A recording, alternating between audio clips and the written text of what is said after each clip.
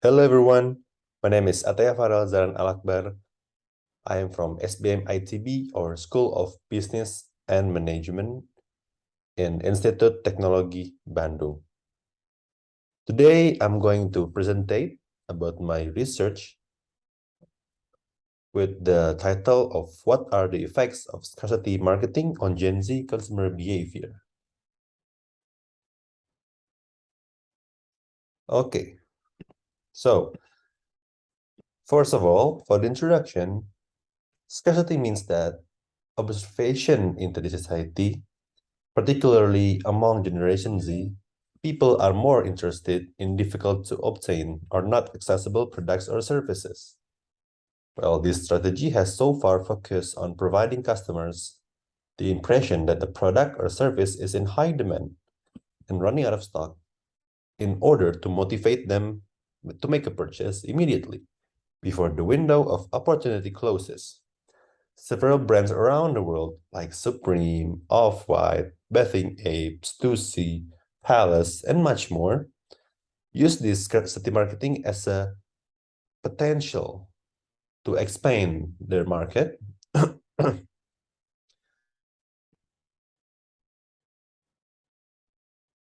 Now, for the research problem, because of the rise of social media and digital media, Gen Z is now a significant demographic for marketing to reach out to. Scarcity marketing, which creates a sense of urgency and uniqueness around a product, is used to more and more by marketers to catch the attention of the demographic and get them to buy products. The impact of scarcity marketing tactics on Gen Z's purchasing behaviors and how well they work are not yet clear.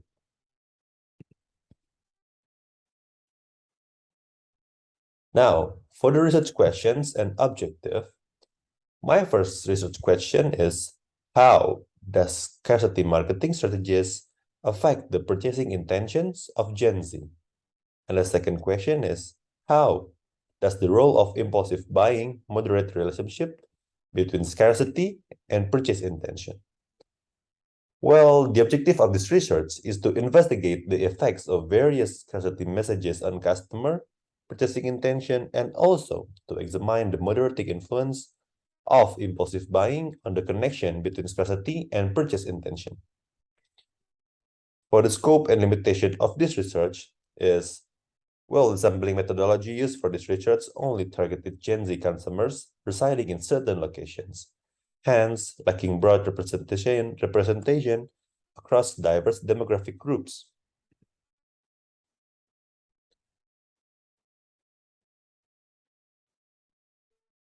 Now, we move on to Chapter 2, or the literature review.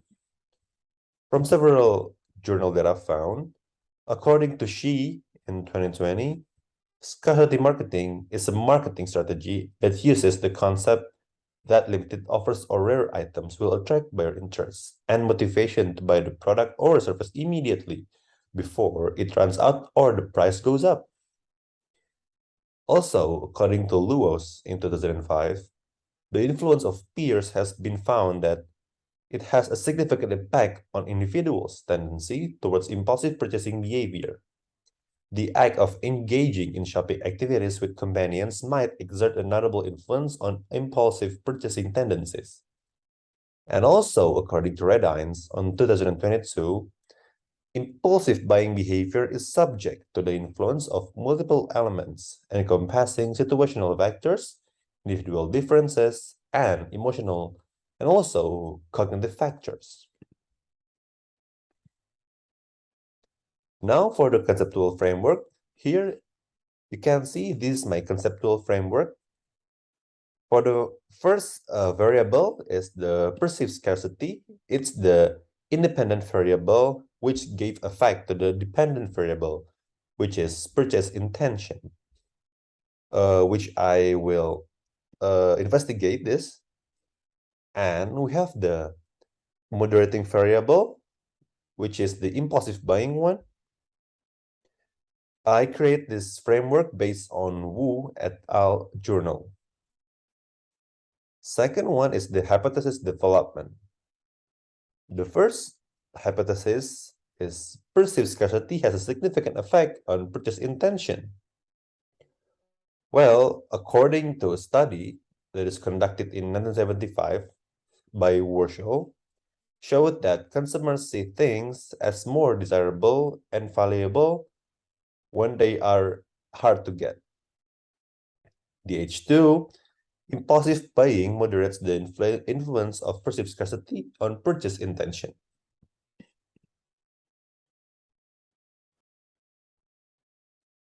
Now, we move on to chapter 3, or the methodology. In this research, I used the quantitative method as the methodology. For the population, this study focuses on individuals belonging to the Gen Z, specifically those aged between 18 and 26 years, residing in both Indonesia and France. For the sampling, the technique is I use the random sampling method, and for the size is 80 respondents. Now the data collection, I use online survey for the data collection, which is Google form with 5-point Likert scale. And the data analysis itself, I used SPSS 26 version 4.0 to calculate validity and reliability tests, classical assumption tests, simple linear regression analysis.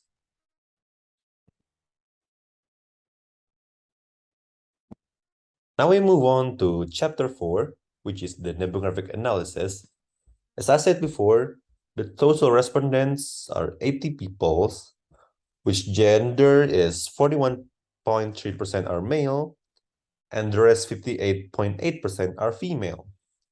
For the age, people who are under 18 years old, there are 11.3%, and from 18 to 21 years old, there are 81.3%, and the last one, 22 from 26 years old, there are 7.5%.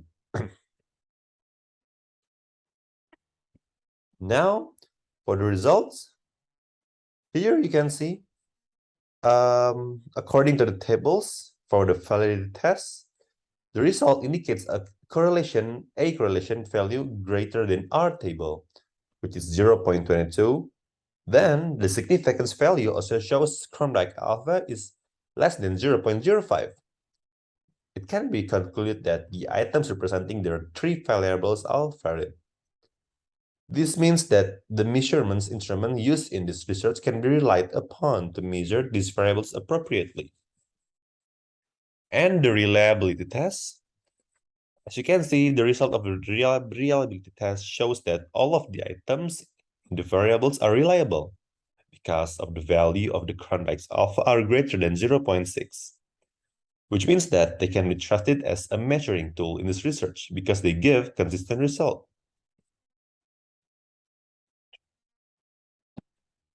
Now we move on to the classical assumption test. Here I use three tests, which is normality, heteroscedasticity, and linearity. For the normality test, based on the test here, it is known that the significance value is 0.200, which means that the residual value of the model is normally distributed because the significance value is more than 0.05. Now the heteroscedasticity test. Based on the test, the significance value for the perceived scarcity variable is 0.053, and the impulsive buying variable is 0.715.